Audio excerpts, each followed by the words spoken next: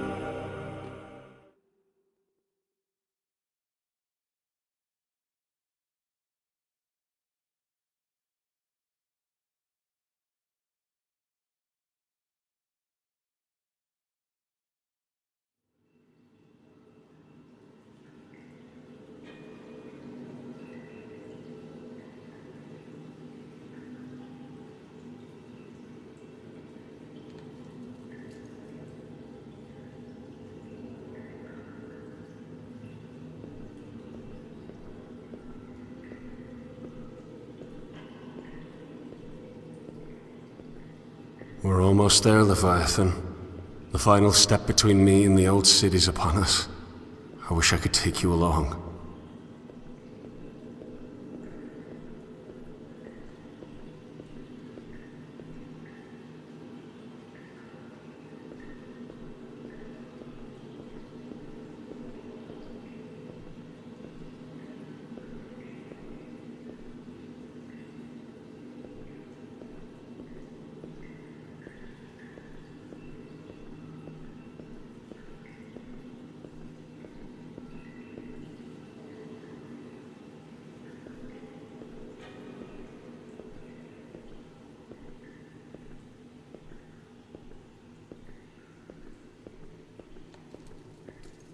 Will you remember me?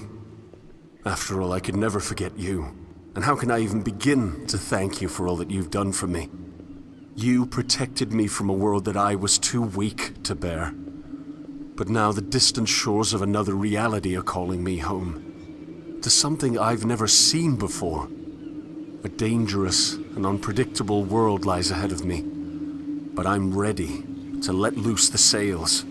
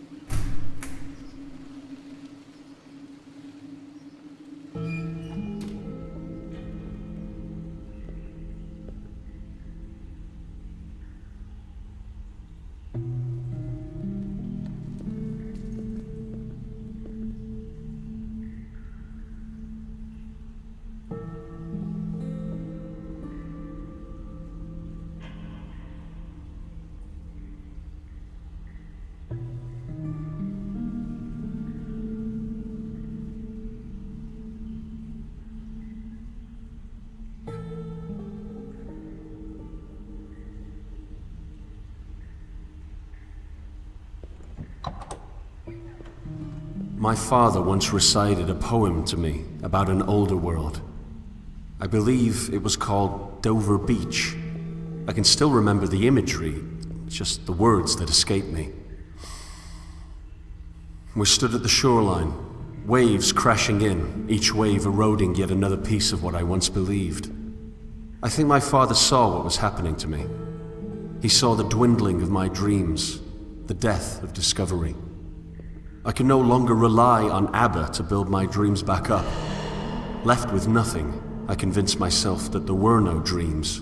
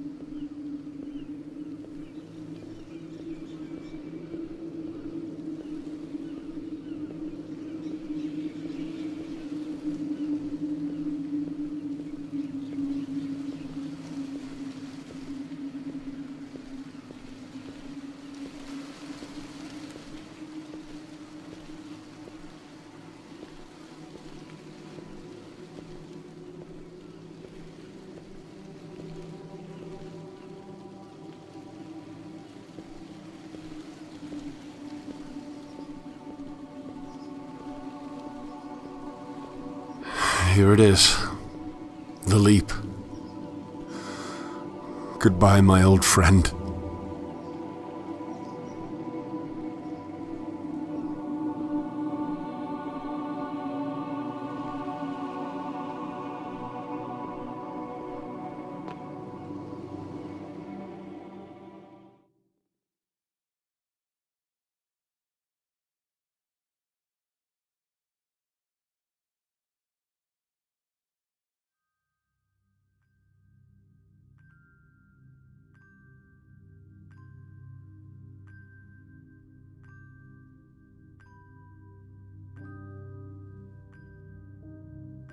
If this final dream before the new is to be trusted, then all life follows the pattern of broken progression.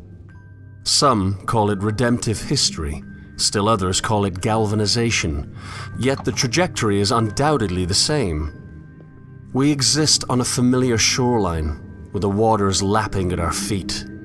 We look back and see an explored and thus frozen world. Then, as if subconsciously recognizing the need for change, we dive into a prison of even further inactivity. My prison was my only friend, it seems, but even he saw fit to spit me upon a new shore.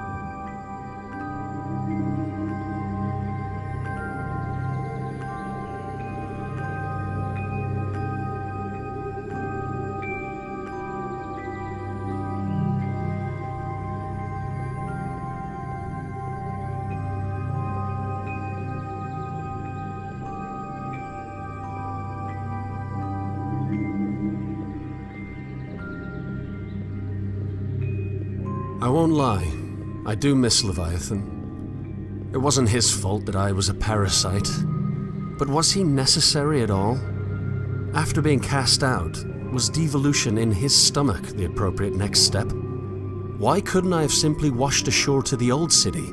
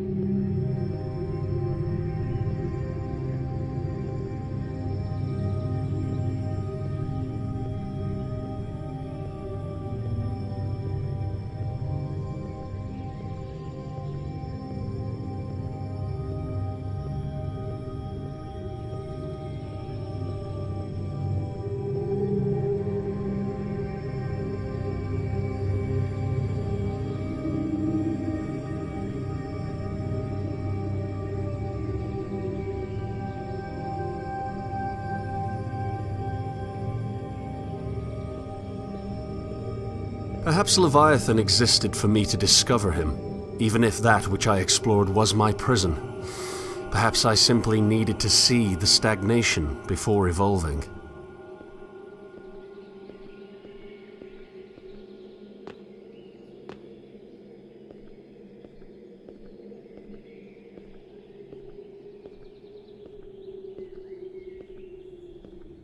When I was a child, I was given a rowboat.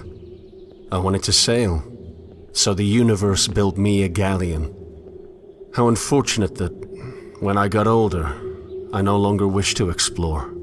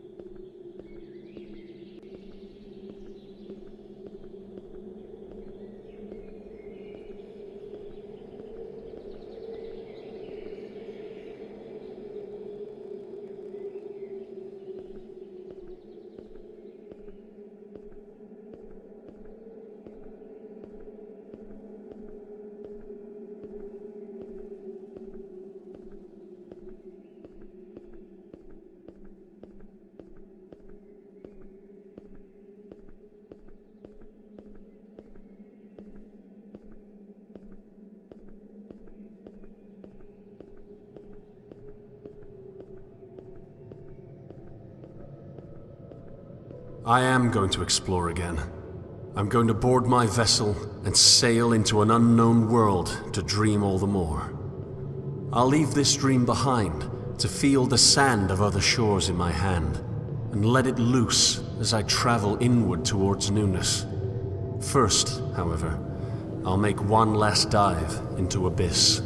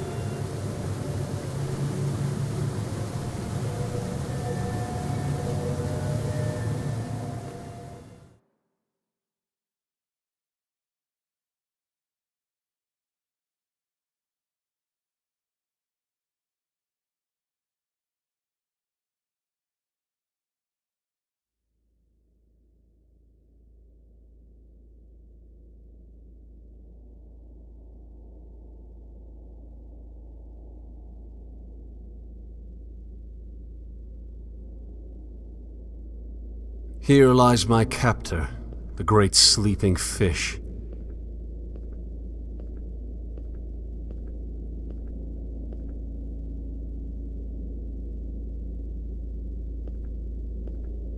My foundation's been disintegrated. I'm left with nothing but void. However, the baby of belief need not be thrown out with the bathwater of certainty. An assertion from an assumption is still an assertion, making any deduction from that foundation subject to critique. I may not be able to deduce from a place that I know to be. Like a child, I regressed with no end. Over and over I asked, why? As each answer demanded further questioning. Eventually, I convinced myself that the regression was nonsensical, by nature of it being childish. But what if that childlike curiosity is the vessel that can bring us to usefulness? What if we put aside the certainty and adopt discovery?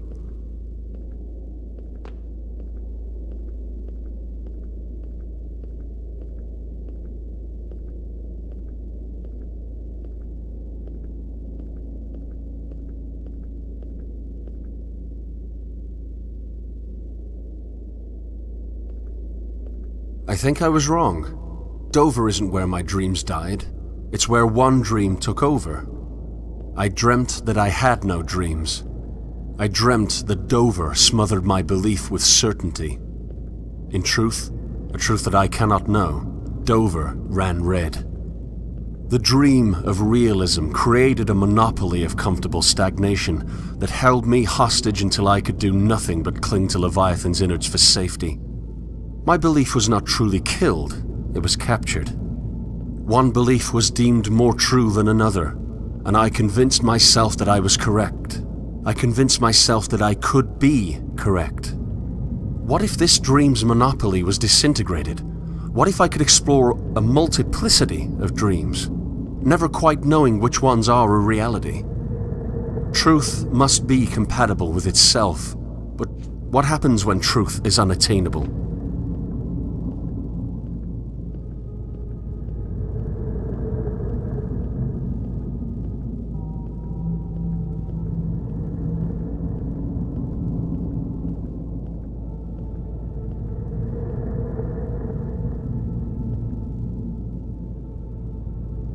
Solomon saw the illusion for what it was. He saw that the lack of dreams was a dream itself. His downfall was in his pessimism, however. He saw the manifesting process of dreams to be too slow. But of course it is, my dear Solomon. The dreams will never manifest in our lifetime, but that's where they have their worth. The dream, the ideal, is an object whose grasp should never be fully achieved. It is in the desire for the object that our true desire should lie. We should desire to desire, and in presenting the ideal to a fallen world, we will make incremental steps towards perfection as the eschaton approaches. One giant leap for a man, one small step for mankind, Solomon.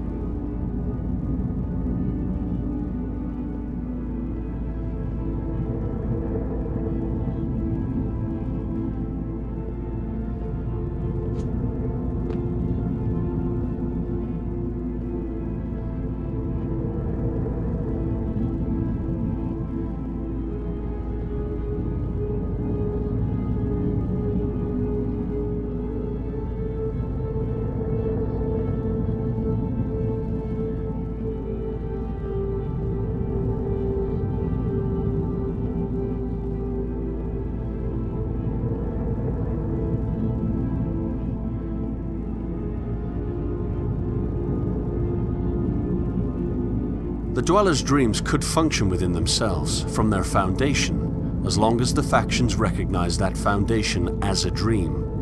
What point would there be in conflict if the dreams cannot truly be controlled? They have their dreams and they cannot assert which is superior. So why not sail?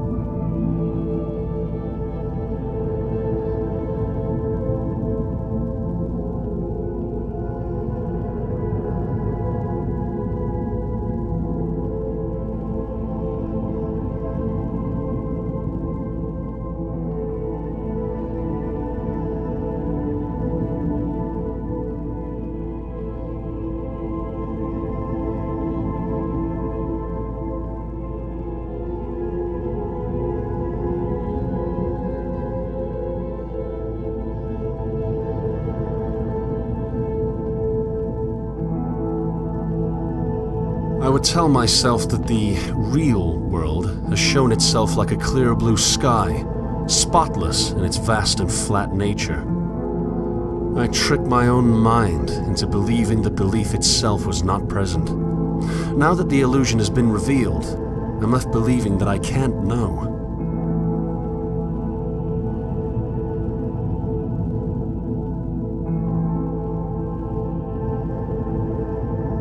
Truth must be compatible with itself based on a starting point I can't prove.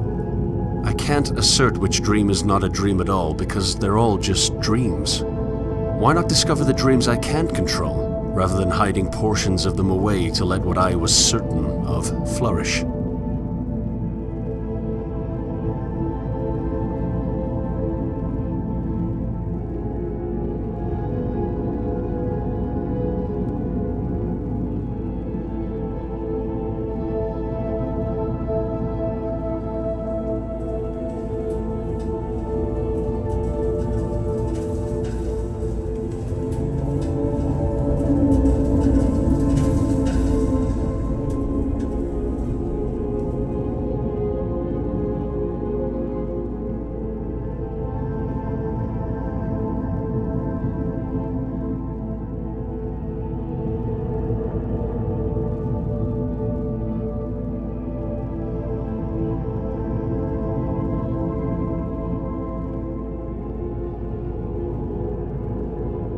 One last look at my cage. One last dive into the abyss of negativity. A terrible world full of terrible people, yes, but that can be changed. Epistemic humility can regress to the deconstruction of stagnation. What I previously thought to be stagnation itself, the lack of any true knowledge, is simply the deconstruction of an anchor, freeing us to traverse the unexplored.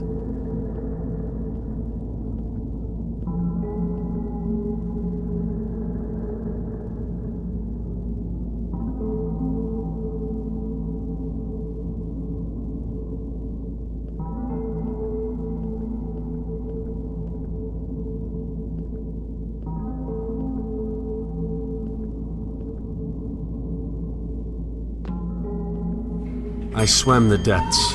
I confronted the bottom of the redemptive checkmark. I was far more negative than those who still cling to certainty, but that's part of the progression. It's part of the broken progression.